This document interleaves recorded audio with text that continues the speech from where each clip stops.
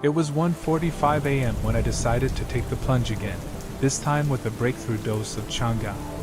I was feeling brave, standing in my brightly lit kitchen, eyes wide open. There was no music, just me and my surroundings. The world around me started to bend and warp, mechanical visuals creeping into my vision. Time itself seemed to freeze, speed up, and slow down simultaneously. I had this immediate, overwhelming thought: did I overdose? I sat down at the table, but my mind was anything but calm. My thoughts collided and melded into an unrecognizable, elastic mass, impossible to comprehend. Fear gripped me, raw, paralyzing terror that wouldn't let go.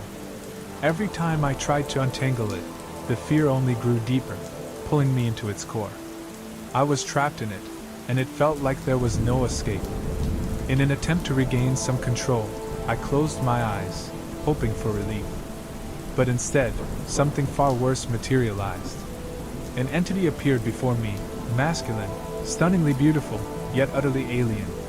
It wasn't just a being, it felt like the embodiment of all my fears. We locked eyes and began to arm wrestle, a battle of wills that seemed endless. I could feel his power and the terror he was generating within me. I opened my eyes again, trying to snap back to reality, but when I closed them, he was gone. Yet the fear never left.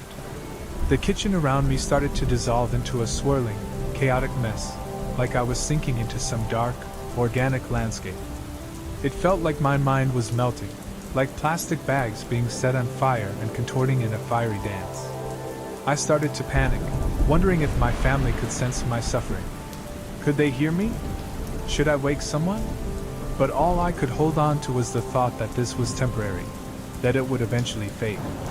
As the intensity waned, I was left with an unsettling afterglow. It felt like my deepest fears had been pulled from me, floating just out of reach.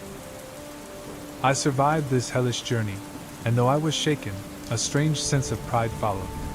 I lay in bed with my girlfriend later that night, still haunted by the images. The next morning, I looked in the mirror, and a grin spread across my face, both eerie and triumphant.